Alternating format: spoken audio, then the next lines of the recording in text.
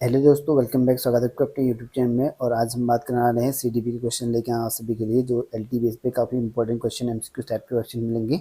सारे के सारे टॉपिक वाइज सिलेबस बेस पे आपके न्यू पैटर्न के आधार पर हैं, जो यहाँ पर यूं पर 80-50 नंबर का पूछने वाला है। और सीडीपी क्वेश्चन देखिए किस तरह के क्वेश्चन पूछे जा रहे हैं आपके, वो आपको यहाँ पर देखने को मिल जाएगा। चलिए अपना टेस्ट लगाइए। 20 क्वेश्चन आज हम डिस्कस करेंगे। और इससे पहले हमने 8 पार्ट कर रखे हैं, जिसमें 180 क्वेश्चन यहाँ पर डिस्कस किए हैं। आज 181 से हम स्टार्ट करेंगे आगे क्वेश्चंस। चलिए फटाफट बताइए आंसर। पहला क्वेश्चन देखिए, यहाँ पे पूछा गया कि शारीरिक रूप से अक्षम बालक निम्न में से किस प्रकार के नहीं होते हैं। तो जो डिसेबिलिटी वाले बालक होते हैं कौन से नहीं होते हैं बताए गए हैं। मतलब कि ठीक है, अक्षम बालक करें यहाँ पे, तो ये होते हैं आपके लंगड़े, तो डिसेबिलिटीज वाले होते हैं। पोलियोग्रस्त ये भी होते हैं। अब ये हैं, और जड़ बुद्धि वाले बालक ये नहीं हो सकते हैं। ठीक है, और इनमें से कोई ये भी नहीं हो सकता, क्योंकि ये तो डिसेबिलिटीज वाले हैं, लेकिन ये है जड़ बुद्धि आपका डिसएबिलिटीज में नहीं आता है। तो आपका सी ऑप्शन सही हो जाएगा। अगला क्वेश्चन है कि बोलने के दोष से संबंधित नहीं है। तो बोलने के दोष से संबंधित आवाज़ की समस्या, हकलाना व तुकलाना, अशुद्ध उच्चारण, तेज बोलने वाले। तो इनमें से बताना है कि कौन सा दोष से संबंधित नहीं है। देखिए, आवाज़ की समस्या होना दोष संबंधित, हकलाना ये भी दोष है। अगर अशुद्ध बोल रहे तो फिर भी दोष लग रहा है, लेकिन तेज बोलना ये जरूरी नहीं है। तो आप डी आपका सही आंसर हो जाएगा। अगला है कि शैशवावस्था से लेकर बाल्यावस्था का उच्चारण दोष वाले बालकों का प्रतिशत होता है। तो शैशवावस्था से लेकर बाल्यावस्था तक की जो बीच में कैंडिडेट होते हैं, मतलब छात्र होते हैं, उनका दोष वाले जो बालक होते हैं वो कितनी प्रतिशत के बीच में हो सकते हैं बताया गया है। ये है आपका यहाँ पर 70 से लेके 85 के बीच में।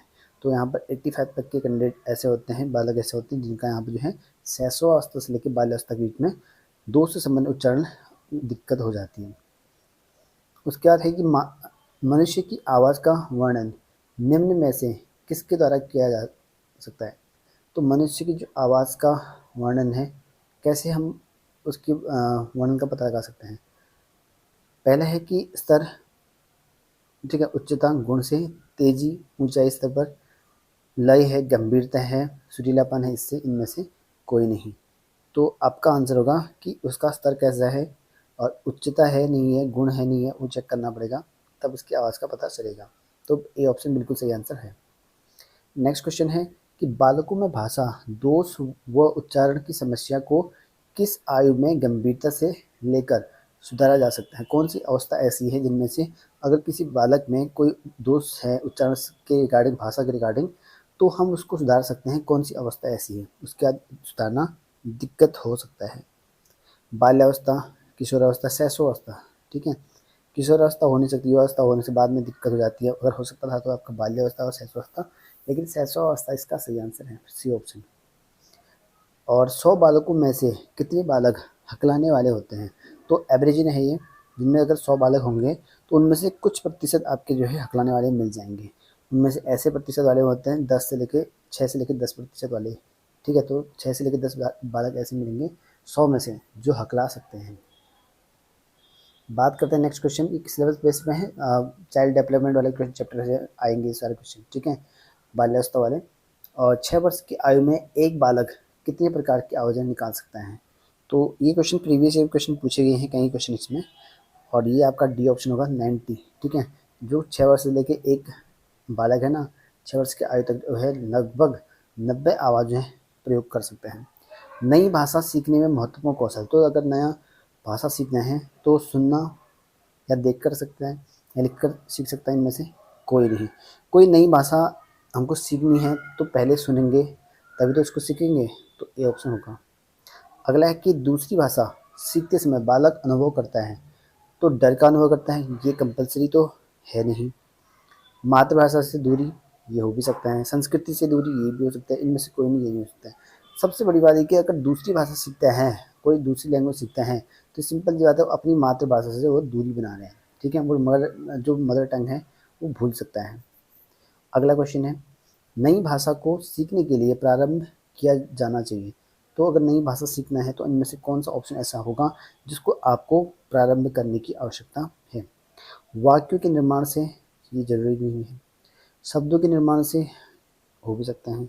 अक्षर और शब्दों के सहचर्य से, ये भी हो सकता है, इनमें से कोई नहीं तो हो ही नहीं सकता है। ठीक है, शब्द निर्माण से भी आपको जो है नई भाषा सीखने को मिल सकता है, क्योंकि नए नए शब्द सीखा तो उसके बाद ही भाषा सीख पाएगा वो, क्योंकि पहले शब्द ही सीख सकता है। और वाक्य तो शुरू में सीख ही नहीं सकता, इसलिए ये वाला ऑप्शन होगा नहीं। लेकिन जहाँ पर अक्षर और शब्द दे, क्योंकि अक्षर भी तो सुनना, जैसे हम हिंदी में अ सीखते हैं, इंग्लिश में ए बी सी डी सीखते हैं, पहले अक्षर ही तो सीखते हैं, उसके बाद उन दोनों को मिला के शब्द बनता है, उसके बाद वो सीखते हैं। तो इसीलिए आपका जो है सी ऑप्शन होगा, अक्षर और शब्द के सहचर्य से उन दोनों को मिलाकर सीखेगा तो नई भाषा सीख जाएगा। अगला है, सामाजिक रूप से कुसमायोजित बालक की विशेषता नहीं है, मतलब कि जो कुसमायोजित है, जो समाज में ढलने लायक नहीं होते हैं, तो उनकी विशेषता नहीं है बताना है। पूछा क्वेश्चन क्या, नहीं है। कभी कभी बच्चे जल्दबाजी में है वाला कर लेते हैं। सामाजिक, शारीरिक ये हो सकते हैं, राजनीतिक, मनोवैज्ञानिक, तो राजनीतिक ये नहीं हो सकते। ठीक है, बाकी सभी हो सकते हैं। अगला है कि यहाँ पर जो है नेक्स्ट क्वेश्चन आपका है 192, हेविल व जैविकंस ने कितने प्रकार के कुछ समायोज्य बताएं। कुछ समायोज्य कितने प्रकार के बताए हैं, जिसमें नाम लिखा गया है हैविक और यहाँ पर जैविकंस, इन दोनों ने बताए हैं आपके यहाँ पर 3 तरह के कुछ समायोज्य बताए हैं।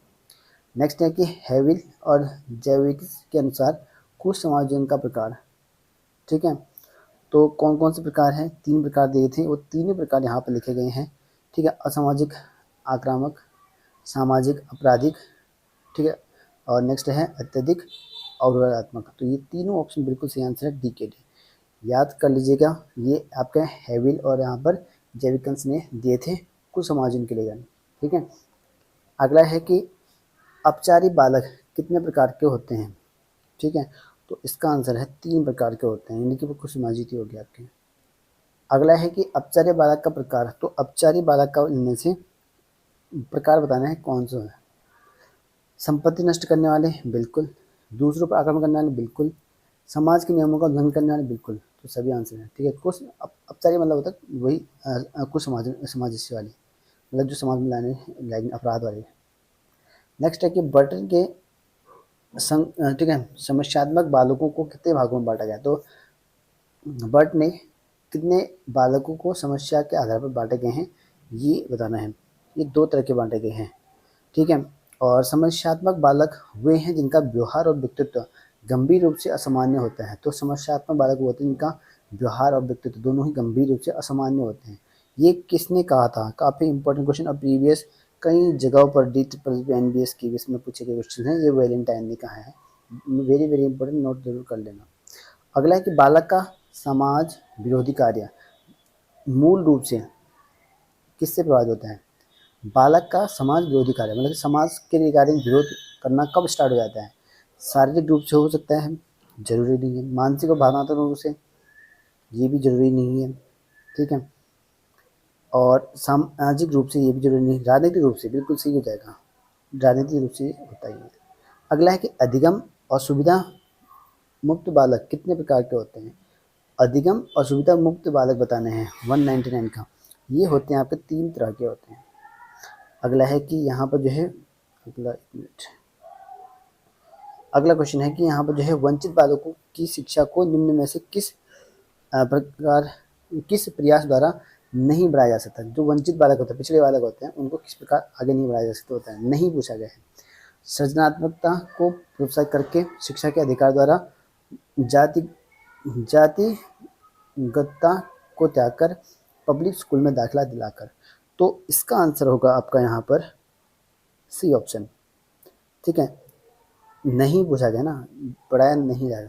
देखो, इनको जो है वंचितता इनका बढ़ाया जा सकता है इनसे सबसे, लेकिन जातिगतता के आधार पर त्यागना ये सही नहीं होगा, तो सी ऑप्शन होगा। तो आज हमने 20 क्वेश्चन डिस्कस करे। आप लोगों को कैसे लगे कमेंट करके बता सकते हैं। इंपॉर्टेंट, मोस्ट इंपॉर्टेंट क्वेश्चन है, और इसी तरह के क्वेश्चन आपके पूछे जाएंगे। जो आपके नया पैटर्न बना है आपका, लगभग ठीक है 17 से 18 क्वेश्चन आपको CDP के देखने को मिलेंगे। तो ये आपका देखते हैं, इसी बेस पे हम लेके आए हैं क्वेश्चंस को।